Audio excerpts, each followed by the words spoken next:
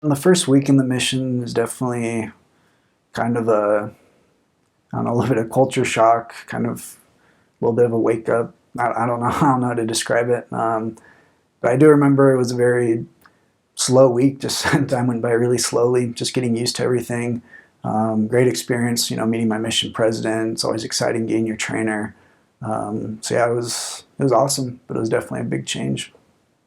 I don't know. I think some things just kind of you just adapt to them. Definitely with the help of God, and through a lot of prayer and scripture study, just kind of remembering your purpose there. I think it's just something you kind of have to have the desire to do. Have the desire to adapt to the mission and really have the desire to serve. And I think if you have that desire, with the Lord's help, you can get right into it.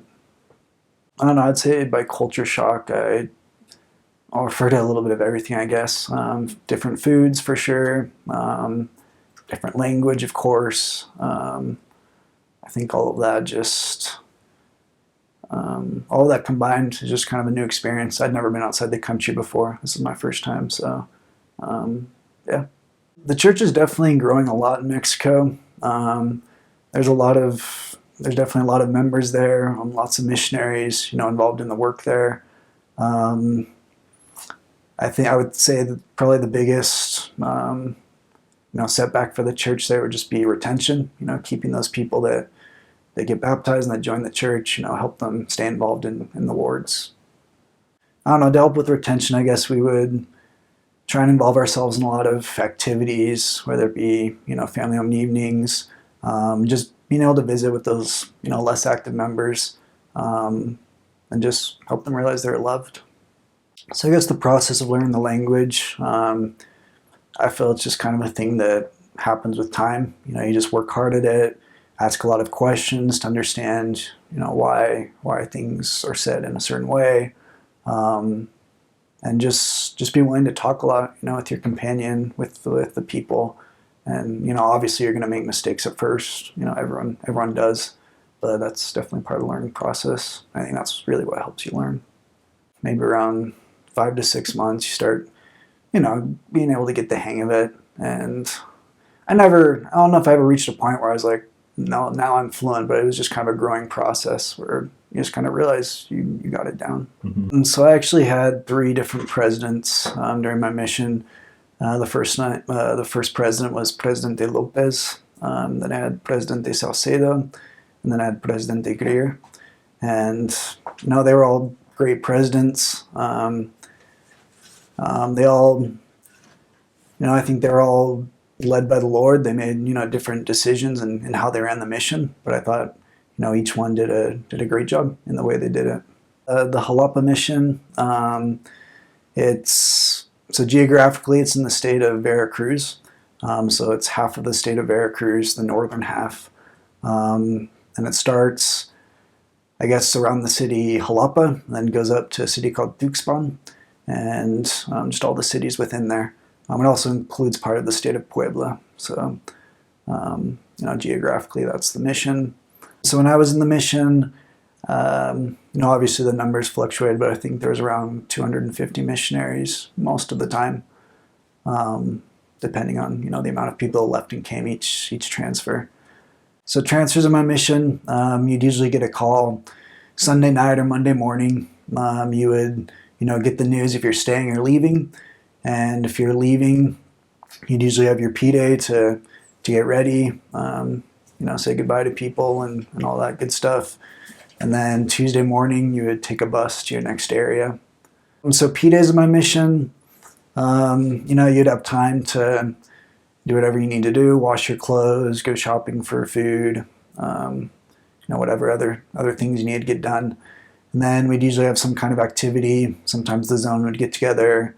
Definitely played a lot of soccer in Mexico.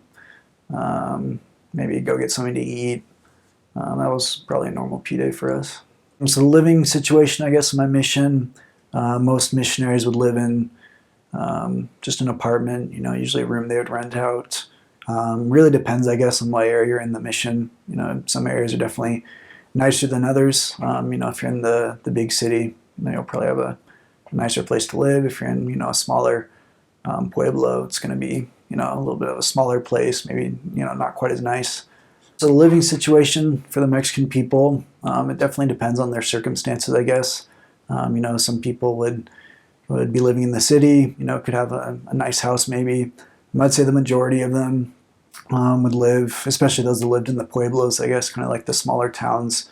That just depended as well. If they lived in like the center of the town, maybe they had an apartment or a house that they lived in.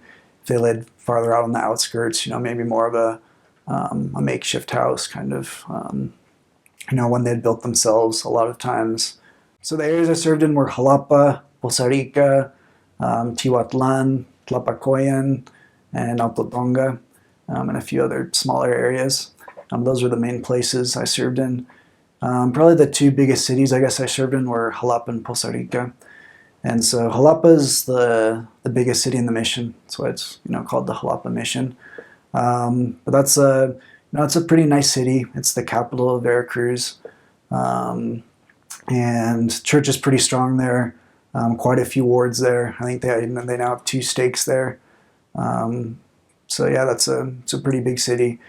And the other city was Poza Rica, and that city is a little further north. It's a big oil-producing city. It's known for being very hot, definitely the hottest area, one of the hottest areas in the mission.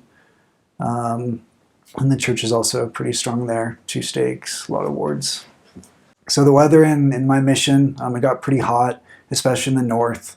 Usually it could get up, past 40 degrees Celsius. I don't know exactly. It's over the hundreds, obviously, in Fahrenheit. And then further south, it wasn't quite as hot. But in general, the mission was fairly hot, more so in the north.